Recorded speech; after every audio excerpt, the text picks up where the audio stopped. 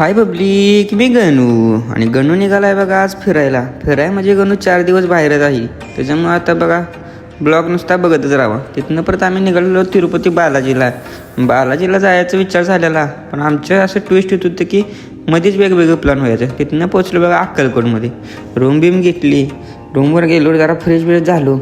आता म्हणलं चहा बी पेरली पाहिजे. चहा प्यालो. दादा बा गाडी कशी दणका पुसत होतो, गाडी बिडी पुसून घेतली. पोचलो मठात, स्वामींचं दर्शन घेतलं. तिथनं परत राजांचं दर्शन घेऊन बाहेर आलो. परत म्हटलं जरा फोटो काढलं पाहिजे, फोटो काढलं. तिथनं परत आता चला निघालेलो पुढच्या दिशेनं. पार्किंगमध्ये आलो, गाडी काढली. गाडी काढून झाली तर म्हटलं आता पोटपूजा तर भूक तर लय लागलेली, आणि जेवण काय घरनं घेऊन आलेलो ते रानात बसून खाया म्हणजे दणका विषय हो. न परत मॅपच्या वर्षा बघा, मॅप बघितलं तेव्हा घाण करीत आहे कुठनं पण रोड काढतच. पोचलो फायनली बघा आंध्रामध्ये.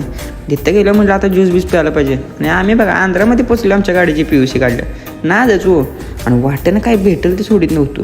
काय बिन खायचं नुसतं. एवढ्या लांब आलो होतो, सुट्टी नाही.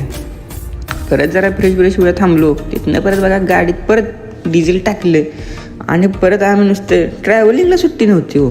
परत पोचलो फायनली बघा हैदराबादमध्ये पोचल्यानंतर गाडी बिडी पार्किंग केली, कन्सेन्स खाल्ली. तिथनं परत गेलो चारमिनार बघा. चारमिनारचं बघितलं.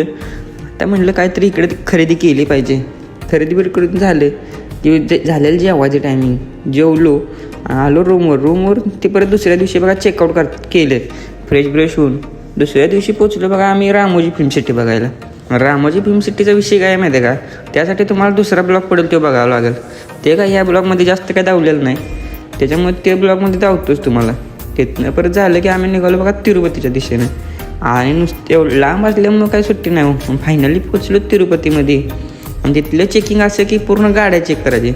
भावानं हिरोईनचा फोटो लावला, ते पण काढायला लावलेला. तिथनं परत हे एवढं घेऊन येऊ नका तुम्ही कधी आला तर. परत गेलो केस कापाय. मी काय कापली नव्हती का, कारण की भाऊ तुमचा दरवर्षी येतो, दरवर्षी काही भाऊ कापत नाही. मागच्या वर्षी कापल्यामुळे ह्या वर्षी काय नाही होती कापली. न परत आलो, दर्शन घेतलं. भावाला दर्शनाला लागलेली कमीत कमी 18 तास. सकाळी 6 वाजता गेलेलो, 18 तासानंच बाहेर आलेलो. तिथनं परत सगळं करून झालं की आलो गाडीत, आणि इथं बघा सगळं बंद हो, खालीच सोडत नव्हते घाटातनं. ते करून निघालो परत कोल्हापूरला. कोल्हापुरात आलो, महालक्ष्मीचं दर्शन घेतलं. तिथनं परत आता म्हटलं महालक्ष्मीचं तर दर्शन झालंय, आता ज्योतिबाला गेलं पाहिजे. ज्योतिबाचं दर्शन करून झालं की आता भेटूया, आम्ही निघालो घरच्या दिशेनं. तर आता भेटूया आपण लवकरच नवीन ब्लॉगमध्ये, आणि तो ब्लॉग पाहायला विसरू नका.